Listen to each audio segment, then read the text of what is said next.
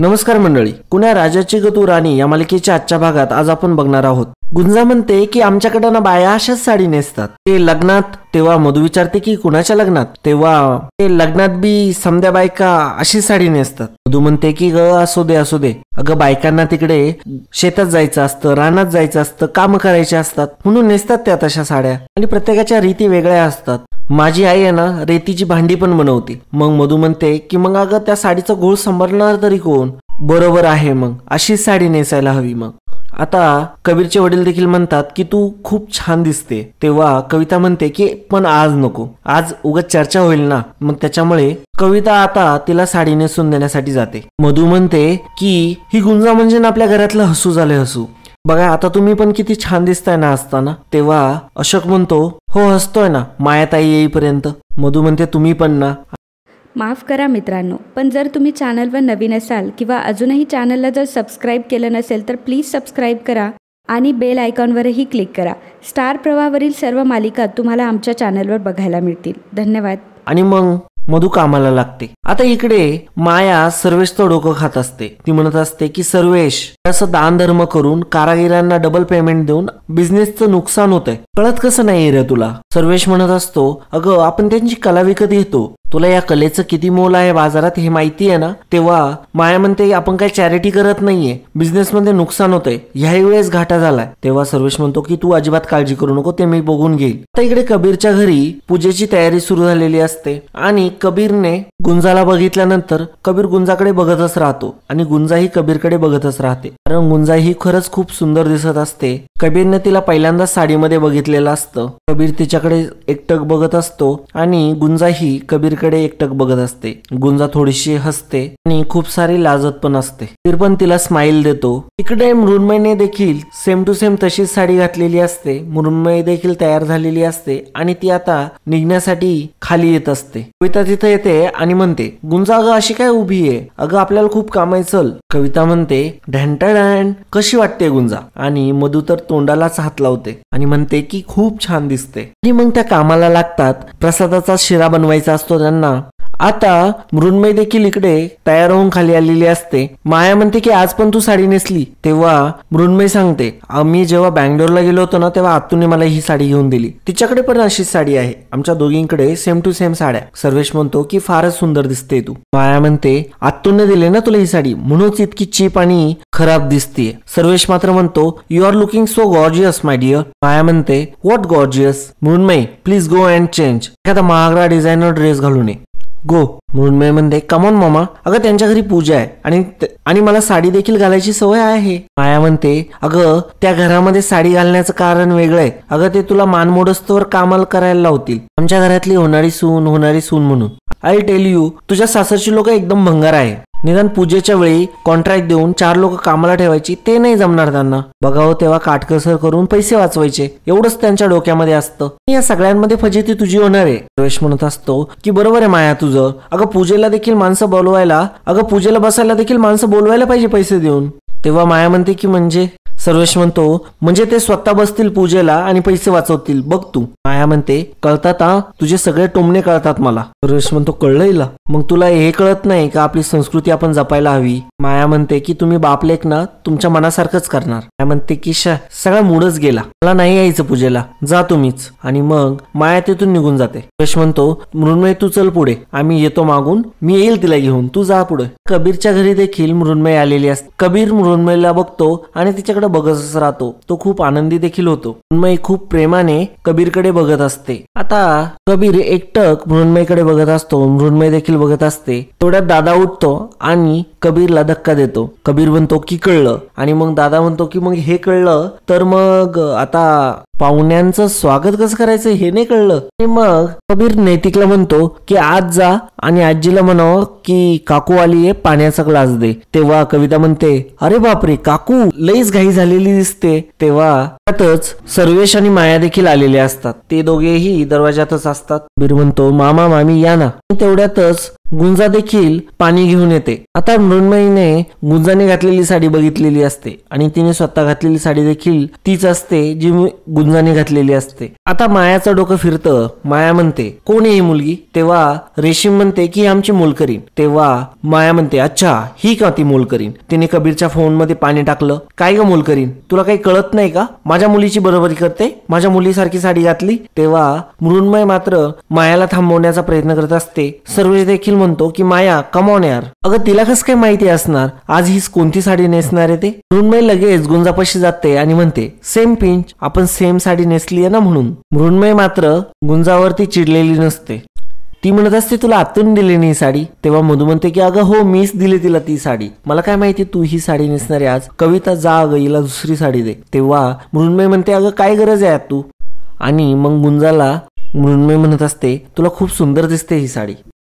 मृण्मय मात्र गुंजाला म्हणते की तू फार छान दिसते. तेव्हा गुंजा मृण्मयला थँक्यू बोलते आणि मग गुंजा सर्वेशला पाणी देण्यासाठी जाते. तेव्हा त्याला कळतं की ही तीच व्यक्ती आहे जिला तिने घराबाहेर काढून दिलेलं असतं. मग ती कान पकडत सॉरी बोलत पाणी देते आणि मग सर्वेश देखील काही न बोलता तिथून निघून जातो. तिकडे सर्वेश मायाला घेऊन बाजूला बसलेला असतो. तो मायाला म्हणत असतो इथं काही तमाशा नको करू, इथं पाहुणे लोक आहे, काही जो प्रॉब्लेम असेल तो आपण घरी जाऊन बघू. तेव्हा माया म्हणत असते या लोकांनी त्या मोलकरीणीला माझ्या मुलीसारखी साडी दिलीच कशी? माझं डोकं सटकलंय आता, बघा मी काय करते. तेव्हा सर्वेश म्हणतो तू जर काही केलं तर बघच, मग इथं लोकांसमोर नको हा तमाशा, आपण घरी जाऊन हे आपले प्रॉब्लेम सॉल्व्ह करूया. तेवढ्यातच तिथं काका येतात. ते सर्वेशशी बोलत असतात. मधू देखील येते. मधू म्हणते दादा काही आणू तुझ्यासाठी? तेव्हा सर्वेश म्हणतो की काही नको अगं. आता सर्वेश म्हणत असतो मधू अगं तू कुठं चालली, तू थांबून घे नाही तर. आणि मग तो मधूला तिथे थांबवतो. कविता म्हणते की मी जाते किचन मध्ये बघते स्वयंपाकाचं. त्यानंतर सर्वेश देखील म्हणतो की मृण्मय बाळा तू पण जा ना, बघ ना काय हवंय काय नकोय ते. तेव्हा कबीर म्हणतो की का कशाला, आहे ना आता इतके जण करायला. कबीरला मात्र वेगळ्या कारणामुळे मृण्मयला तिकडे जाऊ द्यायचं नसतं, कारण की तिकडे गुंजा असते. मात्र काका म्हणतात की आज हम शिरा खाएंगे तो हमारे सुन के हात का. मग मृण्मयी किचन मध्ये निघून जाते. कबीरला मात्र आता टेन्शन आलेलं असतं. अरे देवा आता काय झालं. मृण्मय गेली किचन मध्ये. गुंजा जर तिच्याजवळ काही जास्त बरळली तर खरंच खूप प्रॉब्लेम होऊन जाईल. कबीर म्हणतो देवा तूच बघ रे आता काहीतरी. कविता आणि गुंजा आता स्वयंपाक करत असते. कविता म्हणत असते अगं गुंजा हे चाळत काय बसली, अगं हे चाळलेलं असते. तेव्हा गुंजा म्हणते की मला ठाव नव्हतं, पण जाऊ दे आता चाळते तर चाळूनच घेते. आणि मग कविताला काहीतरी काम आठवतं. कविता तिथून निघून जाते आणि तेवढ्यातच तिथे मृण्मय आलेली असते. मृण्मय आणि गुंजा थोड्याशा अनकम्फर्टेबल असतात आधी बोलायला. गुंजा आता मृण्मयला थँक्यू म्हणते आणि म्हणते की तुम्ही माझं जे साडीचं सांभाळून घेतलं ना बाहेर, त्यासाठी खरंच मनापासून धन्यवाद. म्हणते की अगं काही नाही त्यात, इट्स ओके. आता मृण्मय मात्र खूप टेन्शन मध्ये असते आणि गुंजा म्हणते की काय झालं तुमचं तोंड असं पडल्यासारखं का बरं झालंय. तेव्हा मृण्मय म्हणते अगं मला शिरा बनवता येतो, परंतु एखाद 2 माणसांचा, पण आता एवढे 50-60 माणसांचा शिरा कसा बनवणार मी? दूध कमी झालं, साखर जास्त झाली तर काय करणार मी? मला खरंच खूप टेन्शन आलंय आता. तेव्हा गुंजा म्हणते अहो तुम्ही कशाला टेन्शन घेता, मी आहे की, मी बनवेल ना शिरा. तेव्हा मृण्मय म्हणते प्रॉब्लेम असा आहे की त्यांना शिरा माझ्या हातचाच हवा आहे आणि मला खोटंही नाही बोलता येणार आहे. आता गुंजा म्हणते की आता तुम्ही म्हणाला ना तुम्हाला शिरा बनवता येतो म्हणून. तेव्हा गुंजा म्हणते की मग इकडे या, मी तुम्हाला सांगते. मग गुंजा मृण्मयला घेऊन जाते आणि ती सांगत असते. तेव्हा गुंजा सांगते की हे बघा इथे हे पातेलं, मी तुम्हाला फक्त सांगल तुम्ही तसं करत जावा आणि तुम्हाला तसा पण शिरा बनवता येतो का नाही आणि मग त्याच्यात काय एवढं अवघड आहे, जमून जाईल. मृण्मय म्हणते अगं पण तुला येतो का एवढ्या लोकांचा शिरा बनवता? मग गुंजाच्या गावाकडल्या गोष्टी सांगायला सुरुवात करते. आमच्या गावाकडे ना काही असू द्या, भात बनवायचा असू द्या नाही ते शिरा बनवायचा असू द्या, देवाचा प्रसाद असू द्या, आता आमच्या वाडीतल्या सगळ्या माणसांना पुरेल इतका शिरा बनवायला कोण तर फक्त गुंजा. मग या गुंजाला सगळं बनवावं लागायचं. तेव्हा मृण्मय म्हणते की अगं तू खूप गोड बोलतेस ग. तेव्हा गुंजा म्हणते की माझी आई म्हणते बाईच्या जातीने खूप गोड बोलायला पाहिजे आणि तिला फक्त कळालं पाहिजे की कुठं नाही बोलायचं आणि कुठपर्यंत बोलायचं, मग बाकी सगळं ठीक असतंय.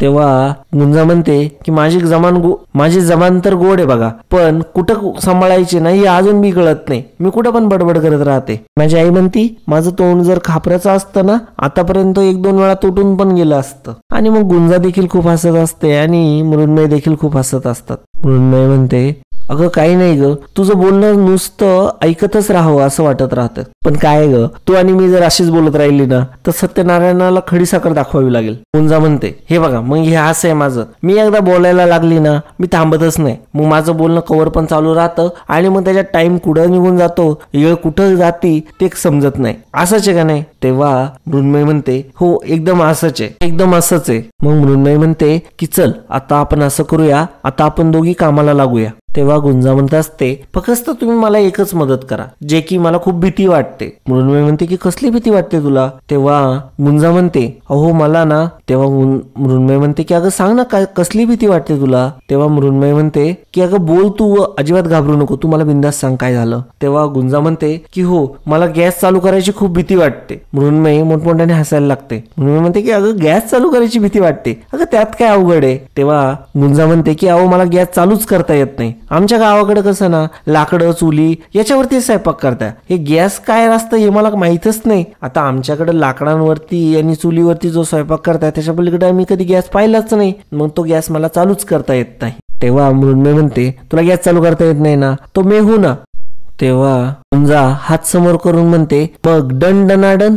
तेव्हा मृण्मयी म्हणते म्हणजे? तेव्हा गुंजा सांगते की आमच्या वाडीवरती जर कुणाशी फ्रेंडशिप करायचं असली ना तर असं करतात, डन डनाडन. तेव्हा मृण्मयी म्हणते की अच्छा असं, मग ठीक आहे, मग डबल डन डनाडन. आणि आता गुंजा देखील हसत असते आणि मृण्मयी देखील खूप हसत असते. मित्रांनो आजचा भाग इथेच संपतो. पुढील भागामध्ये आपल्याला बघायला मिळणार आहे, कबीर म्हणत असतो, मृण्मयी मला तुला एक सांगायचंय, सगळं काही निर्विघ्नपणे पार पाडण्यासाठी आपल्यात बऱ्याचशा गोष्टी क्लिअर असणं खूप गरजेचं आहे. तेव्हा मृण्मयी म्हणते, मग नाहीये का क्लिअर कबीर आपल्यामध्ये? आता गुंजा म्हणत असते की म्या गुंजा आहे. तेव्हा एक बाई विचारते की कुठली ग तू? तेव्हा गुंजा म्हणते, म्या डोंगरवाडीची आहे. त्या एकदम उठते आणि म्हणते की व्हॉट, आणि ग्लास आपटते आणि तमाशा करायला सुरुवात करते. तेव्हा सर्वेश म्हणतो की माया. माया म्हणते की सर्वेश माझ्यापासून सर्व गोष्टी का लपवल्या जातात? माया मात्र आग बबूला झालेली असते सर्वेशवरती आणि घरामध्ये आता